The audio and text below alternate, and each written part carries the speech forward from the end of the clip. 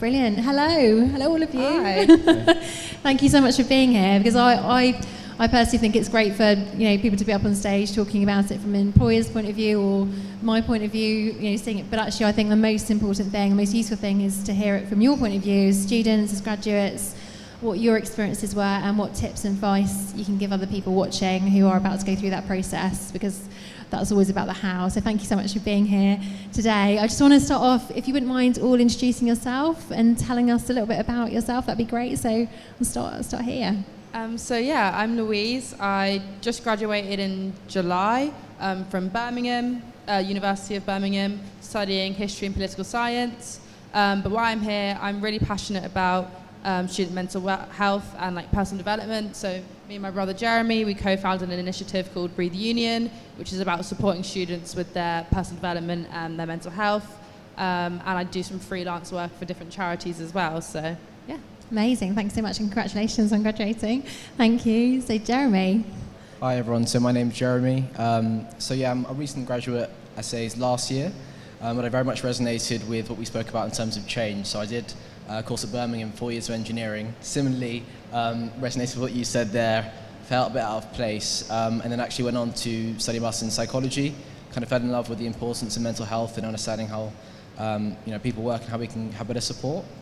And that kind of led into some of the journeys my sister and I have had together, working in the charity sector with peer support systems in workshops at schools and universities.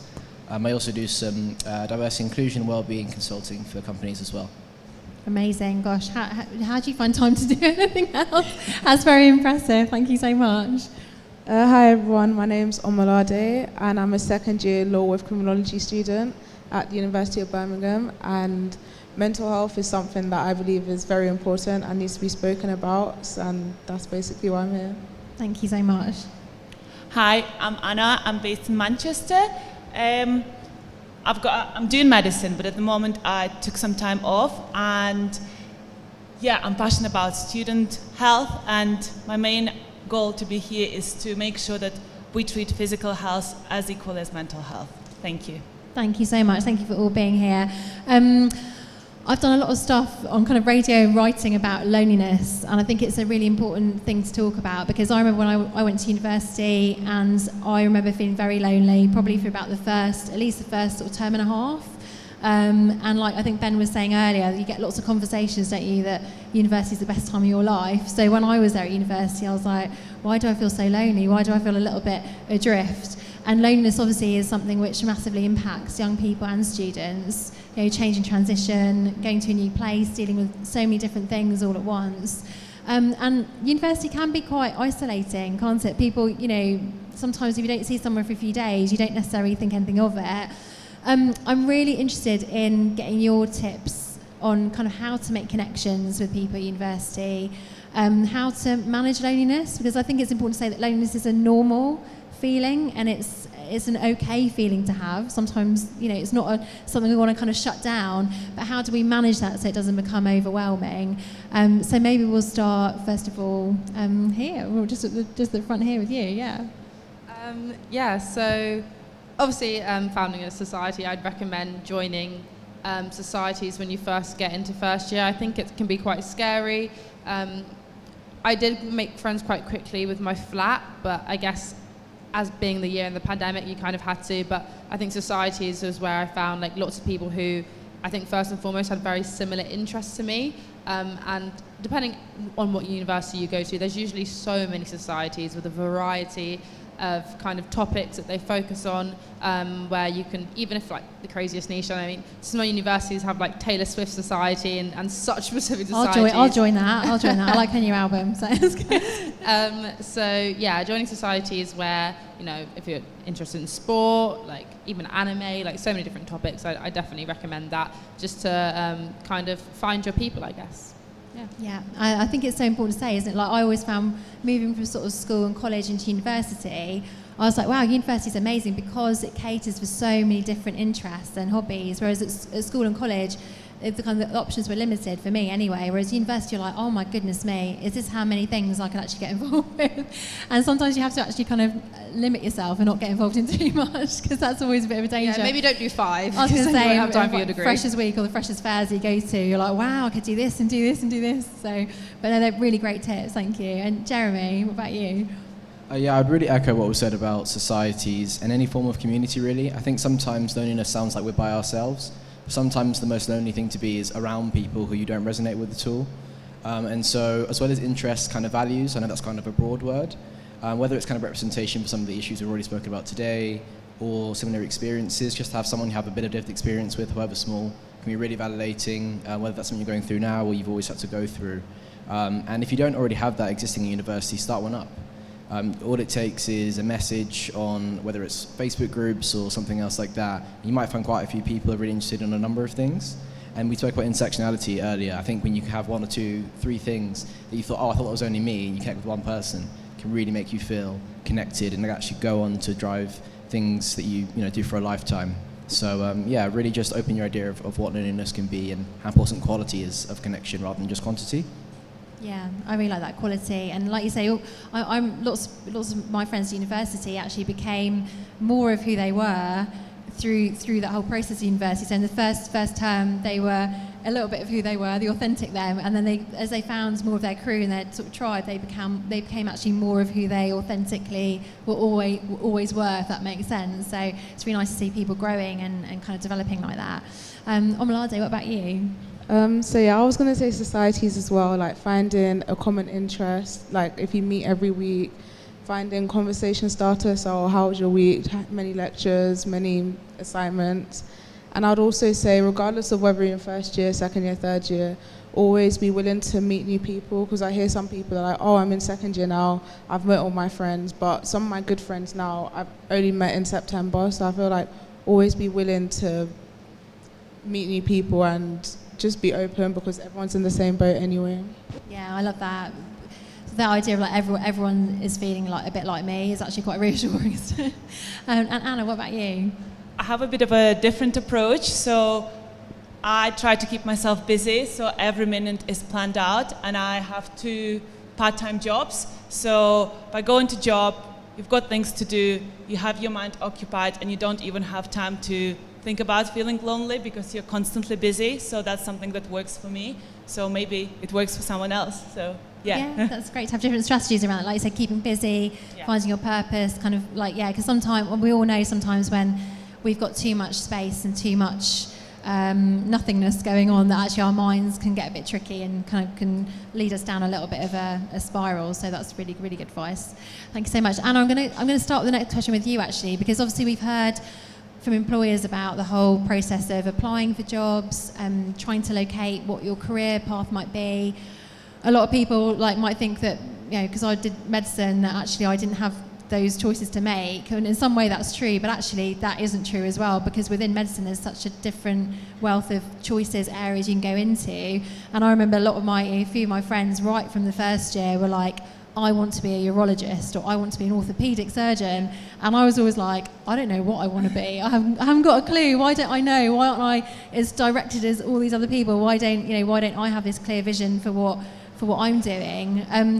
A lot of people will find that quite anxiety provoking, not knowing, when some other people do know. I want to get all your advice about how you manage that and how you perhaps find your career path or what you might want to do. I think for me, especially after COVID, realizing that you should never make plans and sort of go with the flow, because next time anything can change. So sort of have a trust in yourself and make sure that you build that strong background.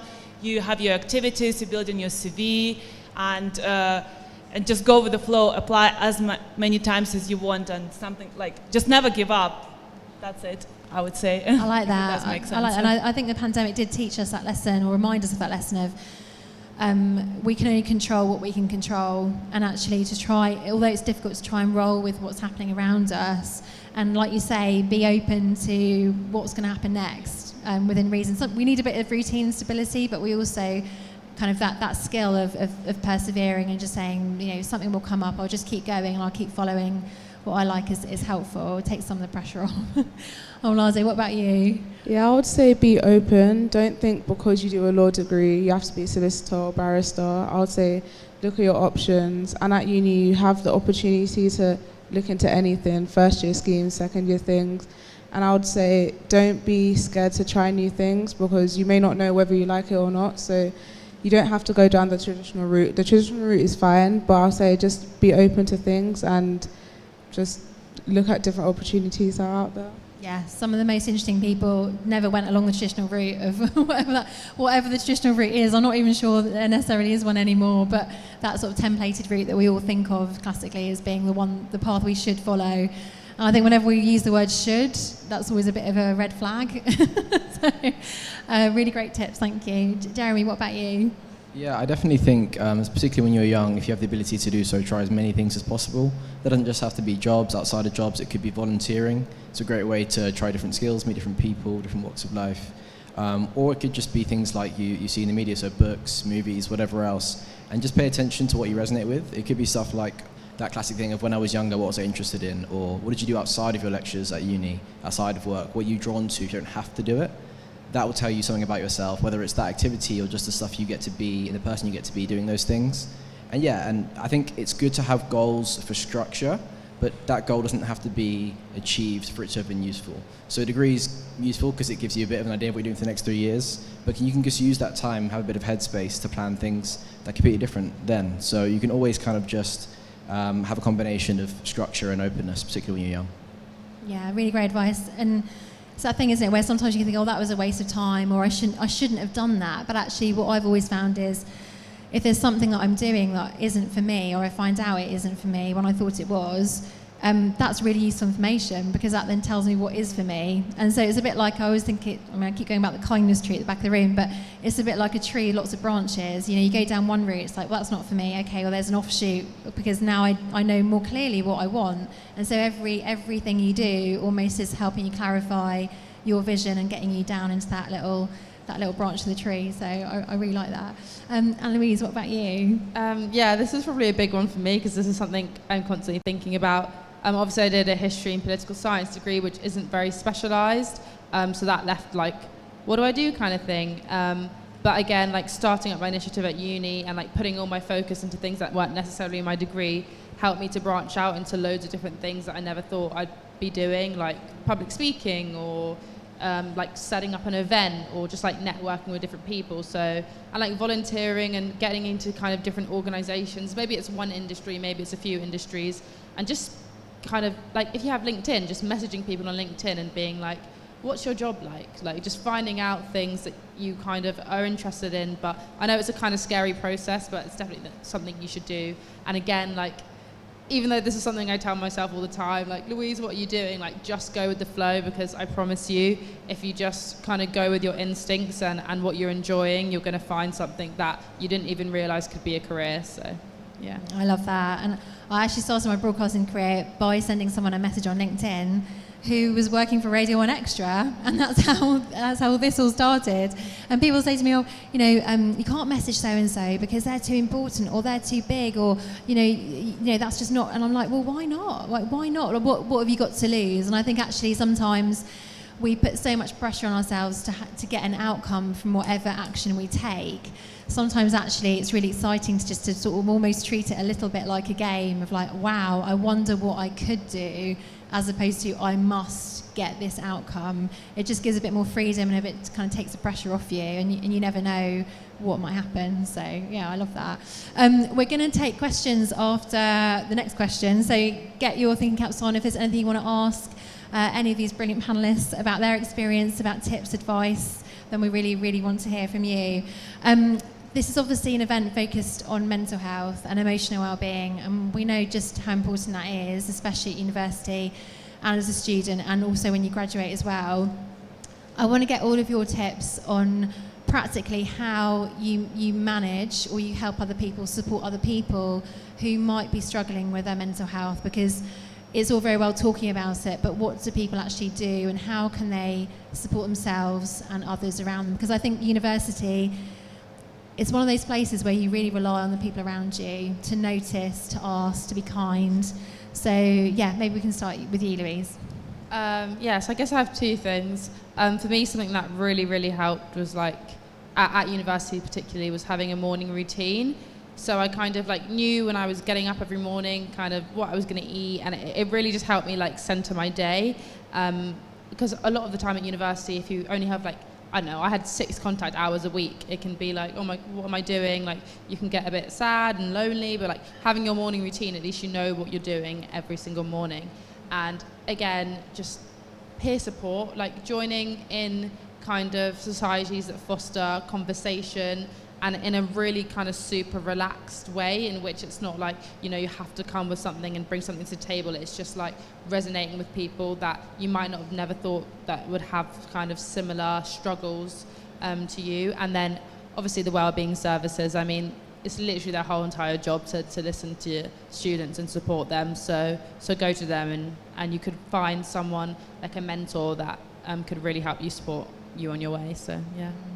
I love the morning routine thing. I still need that right now, actually. I still need that today, every morning. I think it's so important, because I think in the mornings it's so easy to sort of wake, not necessarily have a particular time you wake up in the morning every day, but also you wake up and your mind automatically jumps to, oh my gosh, what have I got to do today?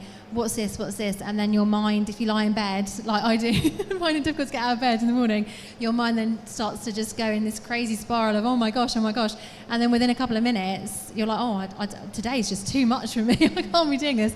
But all you've done is just lie in bed and think. And I think it's really interesting how there are little steps like that of just sort of counting down from 5 and getting straight out of bed, going to have a shower. Once I've had a shower, I'm absolutely fine. So it's working out what are those little things you can do for yourself to make mornings better, because if you can have a good morning, then actually the rest of your day goes okay. So I really like that. Jeremy, what about you? Yeah, I think we heard earlier about how speaking about mental health is often said, but it's a really hard thing to do. It's actually a skill, and it's also a skill to listen. I think we've heard from Student Minds today, and they have a great program, for example, called Look After Your Mates, which I did at uni. And it's actually just a bit of training. It's free. You get a certificate if that's what you're interested in for CV and things. But ultimately, it gives you a bit of practice, learning how you can speak to friends. Obviously, some people are trained, clinicians and everything else like that. But everyone can do with a bit of active listening skills and speaking skills. They're great for employability, but they're also just great to have conversation. Now, you may have had a million conversations with your friends and family, but just the little things of, okay, well, have I asked them again if they're okay? Or have I noticed a slight change in their behavior? Those things can be picked up and practiced on. And the other thing generally I'd say is rest. There's a great TED talk on there actually being 7 types of rest. We all think about sleep, the 6 to 8 hours, but actually looking away from screens, going for walks, some actual opportunity to have things that mean something to you rather than just that kind of robotic way of going in. So encouraging people to have a rest when you can see they're taking on too much, and also just learning how to have conversations. Those are really great things to do. Yeah, really great. I always used to find that if I went away for a night, maybe to stay with a friend from home, or went back to stay with my mum and dad, even if it was just for one night, I'd had a change of scene, a change of environment, and then mentally I'd feel much better. And also I'd get a lot more perspective on what studies meant, because when you're at university, everyone's talking about, particularly near exam time, everyone's talking about exams or deadlines, and you can just feel like that's your whole world. And sometimes just stepping away from that, even just for a short period, can make you reframe things. And the other thing I loved about what you said was noticing other people. One of my friends at university struggled with their mental health and had a bit of a crisis period, and the first thing we picked up on was that we hadn't seen her at lunch or in halls as much as usual, and that was like a bit of a warning sign. So I think that's really, really important. Omlade, what about you? Any tips?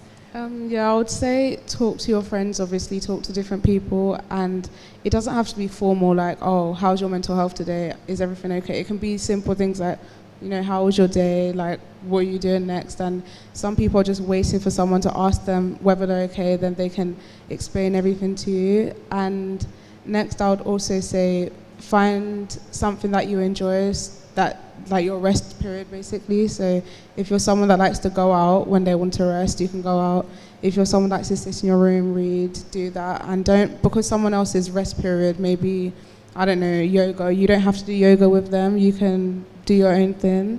And I would also say, finally, if you've hit a stumbling block or something, so a bad grade or a bad a bad exam or something, don't let that define you, because it doesn't. Because as Ben said, you've already like gotten to university, so you've already achieved so much. So don't let one tiny thing knock you down, and build yourself back up after that. Yeah, I like that. Resetting after a bit of an obstacle or a challenge is really important. Not to carry that around with you, or to make it who you are.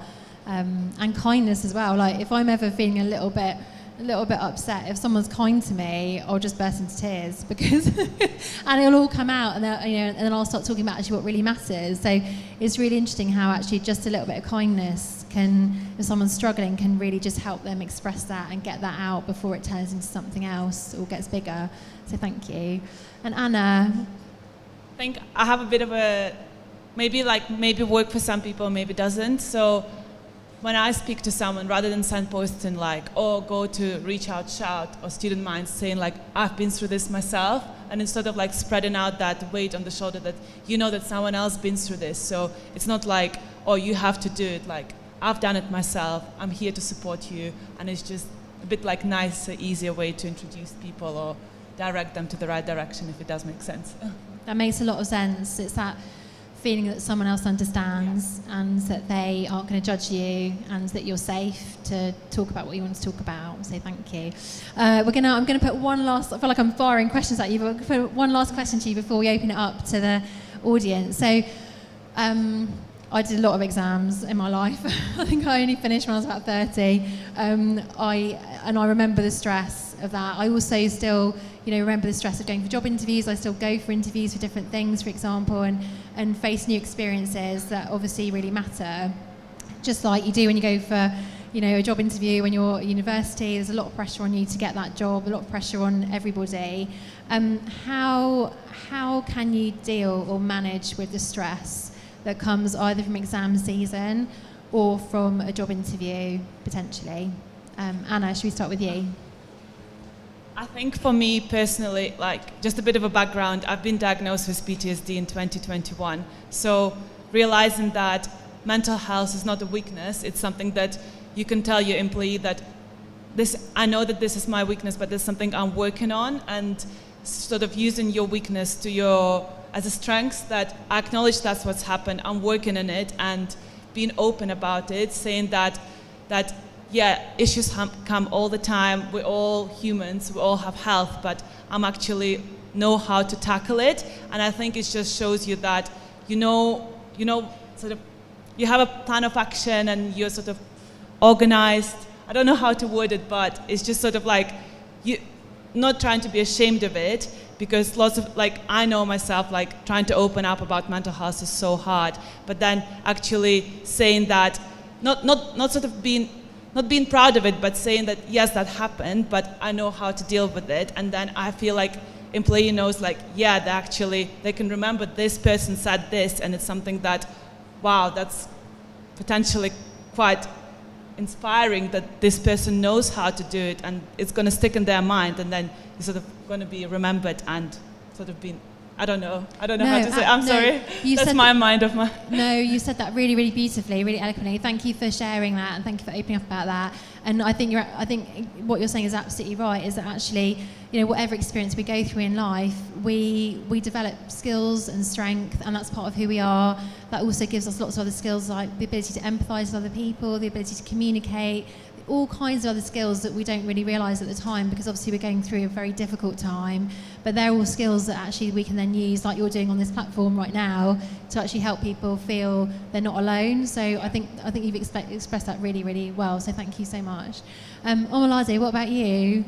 What would your tips be for stress management? I would say, even though it's easier said than done, and I still struggle till this day, I would say prioritize things, because let's say you've got 8 hours worth of studying to do. Don't leave it to the last 8 hours to study, because then you'll end up working too hard, experiencing burnout. So I'd say take breaks and know, okay, for the first hour I'm going to do this, second hour I'm going to do that, and plan your time. And it is easier said than done, but I feel like once you start it gets easier, and it's something you get used to. And I'll also say talk to people about it, because people have done interviews before, people have done exams before, and even though it may not be at that company, they may not know the exact questions, but practice simple interview questions like, oh, why do you want this job, why do you want this, or exam questions, because I personally find it easier I learn better when I work with people or explain to people. So I'll say just talk to people about it as well. I like that. I did a lot of practice sessions with my friends. They were pretending to be a patient. I was pretending to be in my exam, and practicing to time and practicing all the different questions we had to do. And like you say, practicing just kind of almost saying it out loud. You think you know what you've got to say in your head, but unless you say it out loud and keep practicing, it makes a massive difference when you actually go into that environment, because you've almost got that under your belt, I think, as well, which is so important. And breaks, yeah. I used to have song breaks in my revision, where I used to go and just sing to a song for like 5-10 minutes and walk around and do a bit of dancing. So I'm a big fan of breaks. Jeremy, any tips for stress management for interviews or exams? Yeah, no, I definitely echo what you're saying there about practice. I actually do some mentoring with kids in schools, and the best interview is definitely from somebody who had just practiced it with his dad and over again. So they do like 11 plus, and they've got to do some interviews as part of that. And even at that young age, I think it's realistically they're not going to have any job interviews for a while, but just practicing being able to speak to adults is a really good skill, and I think some of us need to practice that as well. So it could be someone who's in that industry you want to apply to, and just asking basic questions. And always remember, an interview, I think it was said earlier by an employer, is really as much them convincing you to come there as you convincing them. Remember that you have value in it, and try and emphasize those points. I also think with anxiety, putting things down externally really helps. So we spoke about speaking, but noting things down, writing it through, maybe also checking things like what's my route to the interview on the day, what am I going to wear, just things so you feel like you have a bit of a mental kind of rehearsal of it, makes you settle down, because we have so many thoughts on our head. Having them down on paper, feeling it's a bit organised, lists can be a really great way to do that. Yeah, it takes a bit of pressure off, knowing where the toilet is, having things packed the night before, like you say, kind of having a contingency plan if like the tube or the train or the bus isn't working, for example. And you know what, I think practice is one of the most important things. So I think sometimes we can think to ourselves, oh, you know, some people are just great at interviews and exams and some people aren't, and it's like something you're born with or not, and that's just not true. A lot of the things we do in life, like anything, are habit, practice, confidence, kind of just doing it over and over again. That's how we learn. So I think that's a really great tip. And Louise? So maybe a bit opposite to what everyone's saying, but specifically for job interviews, for me, like, I kind of don't really practice. Like, I don't want to like overextend myself or kind of over practice. I just like to say what I think that comes naturally in the moment, rather than thinking about what I might have written down earlier. And I think for me personally, in terms of my personality, that comes across a lot better when people are just seeing what I'm really thinking in that moment. And I'm rather than it's an interview, for me it's just a conversation. Like, we're just chatting about whatever they're going to ask, and I know myself, I know why I applied for that job, so I know what I'm going to say in that moment. I don't have to, you know, practice it a billion times. But for exams, yeah, probably probably practice, probably revise. Again, don't overdo it, because if you kind of have that routine and you know what you're doing and you've put in the work, then at the end of the day you're going to be fine. And it's also like okay if you don't get like the exact result you wanted, whether it was the job interview or you didn't get the grade. Like, ultimately kind of life works out in your favor anyway, so there's probably an opportunity that you've gotten because you didn't get that specific thing. So yeah, don't worry about it. Yeah, good life lesson.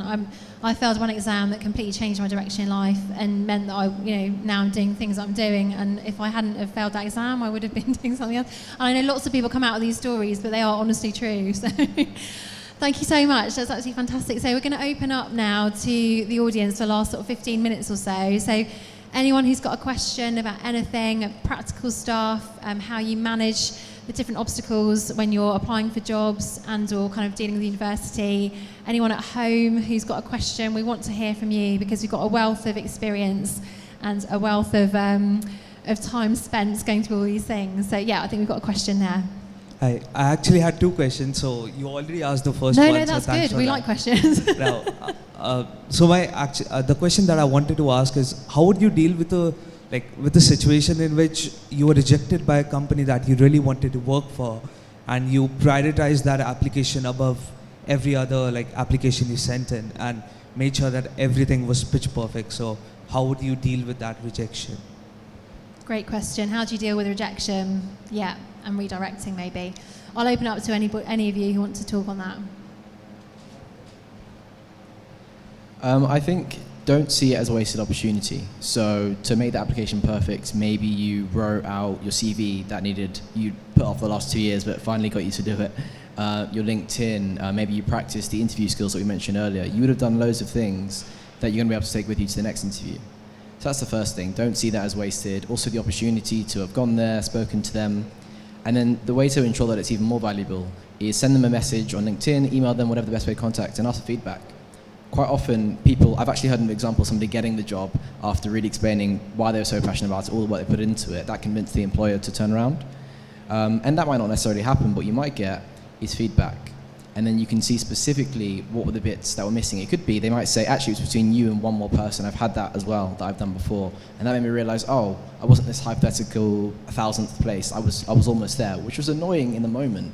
But it gave me the confidence that I was right for it. And the next time, I'll get rid of that just a little bit. It might be that you're too young. It might just be a little bit of chance. So knowing these things and knowing that each time it happens, you're going to grow and be better will mean that you're better for the job that you're ultimately meant to get. Yeah, I think I really resonate with that. Like, I remember I got rejected from something and I called Jeremy and I was like, Jeremy, my life is over. I can't believe I got rejected. In reality, I just ended up being on the waiting list, and 3 months later, they did message me to offer me a job, but like I had to reject because I was actually doing something that I was better suited to because of that rejection. So that was really good. And again, like, you put so much work, that's never going to go away. Like, the value that you've put in is still there, so you can take that further. I remember I went for president of my student union.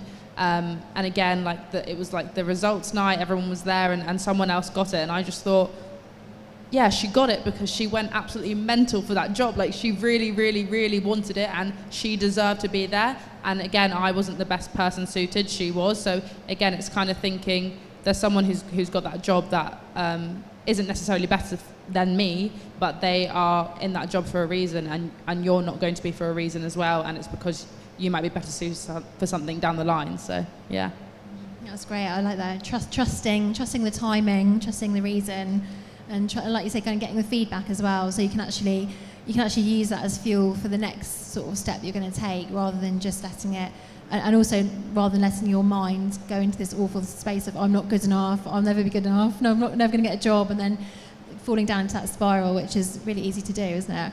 Any other questions from our audience for the panellists? Yeah, we've got a question.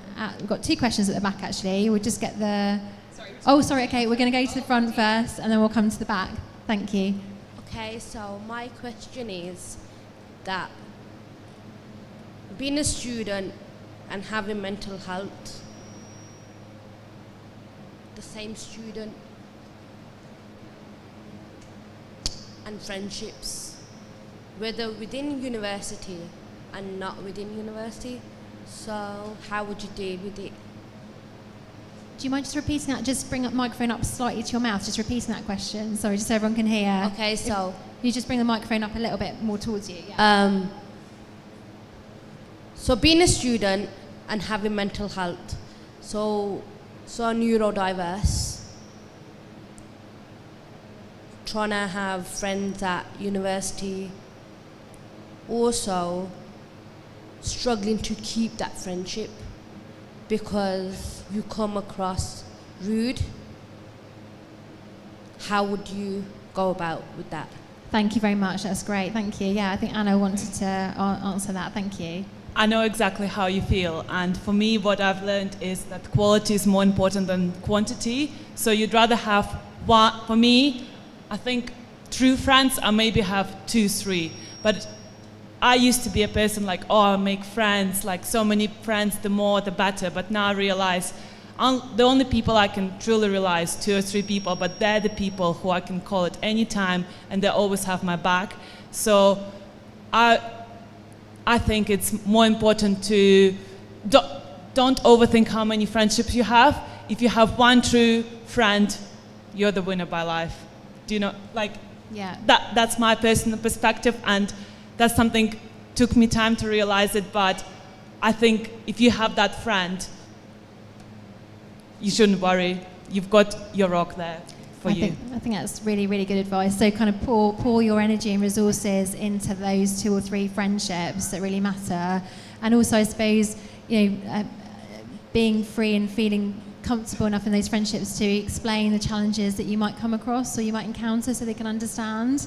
And maybe empower them with the knowledge of what they can do to help you in those tough moments so they can understand who you are, maybe, potentially. I think, Jeremy, you wanted to add something. Yeah, no, I'm really passionate about the topic. So I'm neurodiverse. I have ADHD and dyslexia. And I feel like exactly what was said there in terms of the quality friends, but I think when you find a community of people who have similar understanding, it could just be people who have a little brother or sister who has a neurodiverse condition, you realise kind of how much there is to connect on that as well.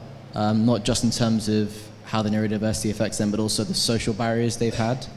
And yeah, you can find an amazing community on that, and then you can give each other advice. Or you may not have to have advice because you're already better suited to that environment. Obviously, when you're in university, it's where you're kind of stuck for the time being. But I think the more and more you can spend more time with a community who already understands you or accepts you, the better you'll feel. And hopefully workplaces like we've had today are going to continue to make those spaces available for us. And so hopefully we can start to not have to conform as much. And I hope that happens for you as well. Thank you, Jeremy. That's great. Thank you. Thank you for the question as well. Really, really helpful. Thank you. So I think we had 2 questions at the back, actually.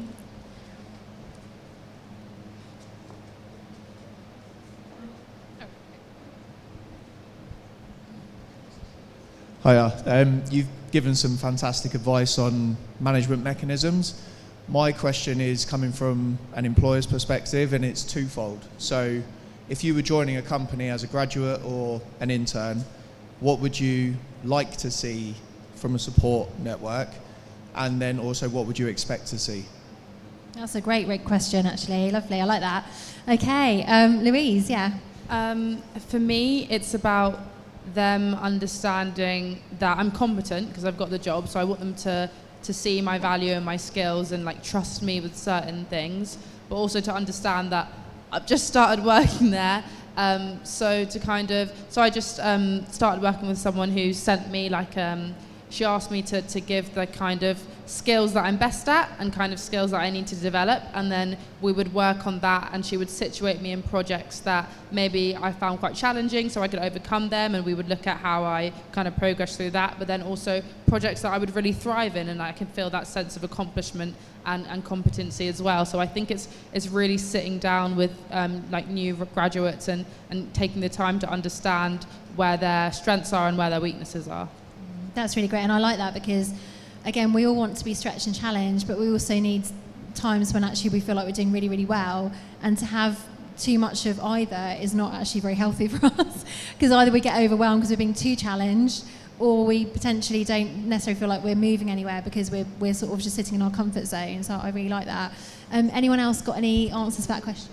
Yeah, I'll just say I would like employers to sometimes realise that even though there may be a deadline or a deal, things happen in life, so don't always, I'm saying this as if I've experienced it, but I feel like some people stress too much, and there may be an important deal, but it's not worth the person's mental health, because that could be the last stressful thing they need, and an employer shouting at them or saying, oh yeah, you're fired, or I don't know, or something could be their last straw. So I'll say just realise that it's not always do or die. Sometimes it's okay, things change, just be able to adapt to different situation. Yeah, I like that, and ask the question why.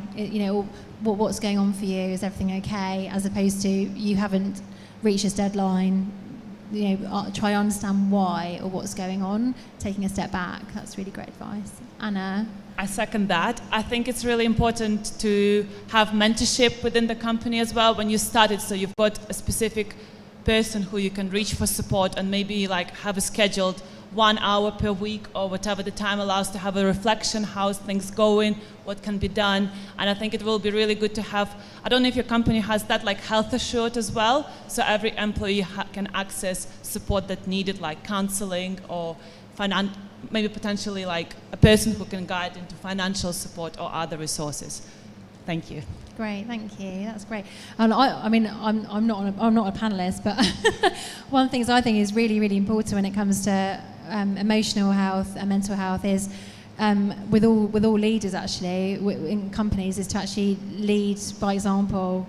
and to, every single person in that organisation to get involved in mental health wellbeing days, to be open, transparent, it's really important to feel like everybody is in the same boat. And I think action and seeing people actually do that is probably one of the most important things to help other people open up and other people feel comfortable, but also that mental health is being taken seriously and it is a priority, and it's not just a tick box, because I think sometimes in some of the work that I've done, I've come across examples where people are just ticking a box because it's Mental Health Awareness Day, or because they have to show that they're doing something for mental health. They just do it, but they do it in a very cursory, superficial way to just say they've done it, but they don't actually mean it. And I think people can pick up on meaning, and people know when people really are valuing something. I think that's important. Thank you so much for that question. That was great. I think there's another question at the back as well, actually. Don't know where the mic's gone. Oh, you got the microphone. Brilliant. Yes. Okay. Yeah. Thank you. So my question actually is on time management.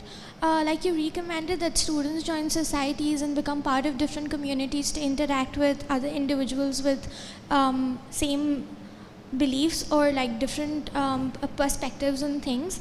How do you recommend students manage time while working and delivering quality content in terms of academics and managing extracurricular activities? So how do you find a balance between sort of your course and getting everything done, but also sort of thriving as a person and connecting with people? Yes, and not stressing about all the deadlines and being part of different things going around on campus. Great question. Yeah. Who wants to answer that? Yeah. I think finding that morning routine for me sorted my whole life out. It doesn't have to be morning, it can be evening as well. So for me, I'm an early riser. I wake up really early. That means that when I was at university, I could get university work done during the morning when no one's really awake to bother me or message me. Then when people start to wake up and I'm getting emails or messages, then I can start to do more of the extracurricular stuff or stuff where I'm really needed to interact with people a lot. Again, if you go to sleep quite late, so maybe you're an evening person, you can do more interactive stuff during the day, and then in the evening you can have that solid time to yourself to do your work, but also obviously anything looking after yourself, make sure you eat dinner. The amount of people at university who said, I'm skipping dinner because of this, never skip dinner. It's the most important thing. Food, everything. I agree with that. Not just as a doctor, but also as a human being who likes food. Thank you, Louise. Jeremy, yeah. Yeah, so we spoke earlier about different type of rest, and I think you need to know why you're doing things. And we also spoke about priorities. So if that community is giving you a rest, whether that's creativity or an opportunity to speak, whatever it might be, because if you're at home, you just start doing work, then that is giving you rest, just the same as if you didn't have anything going on or whatever it might be. I think it's when you can feel that lack of rest, whether that's actually affecting your actual sleep or irritability and these little things that hopefully you and your friends can notice. And then on top of that, I'd say these are communities, right? And often they have student leaders, whether that's a committee or whatever else. So let's say you're on the committee, and I've seen it, and I've been the person who wants to take everything on my shoulders because I'm really passionate about it. That's why I'm there, and I need it to get done. And I think sometimes it's accepting that we need to take a step back, have boundaries, and expect the rest from other people as well. Well, if it's you, if you want to work really hard on it, that's cool, but it's just knowing where your boundaries are, like I say, and having an open conversation. Be honest and expect honesty from other people, and hopefully when you need some time, they'll step in for you, and when they need some time, you'll step in for them. And that kind of work ethic will really help teamwork in the workplace as well. Boundaries, saying no, knowing when to say yes, knowing when to say no, in a polite fashion, in a factual fashion. Yeah, absolutely. Anyone else? Anna, did you want to? Yeah. I think planning is a really good one. I have a diary when I plan out maybe 6 months in advance. So you've got your timetable, try to plan out, if you've got some ideas when the activities are going to happen, put them on a diary and try, for me, something that works, planning. When you go to dentist and they say, oh, your next appointment on March 2025, and you're what? How much in advance? But if you think about it, the earlier you start planning, the better. For me personally, it works, so maybe it's something that works for you. So that's my tip. That's a good tip. One of my friends used to call me the queen of timetables, which I think is a compliment, but I'm not quite sure. But yeah, diaries and timetables, but with a bit of flexibility in them as well. Yeah, that's really, really great. Thank you all so much. That's fantastic. Well, I think this session has been absolutely brilliant to hear from you and to hear what it's really like, and actually to get your tips and advice. And I think it's just been great to hear from you and great to get all your questions. So please, can you all give a massive round of applause for our panellists today, and thank you so much.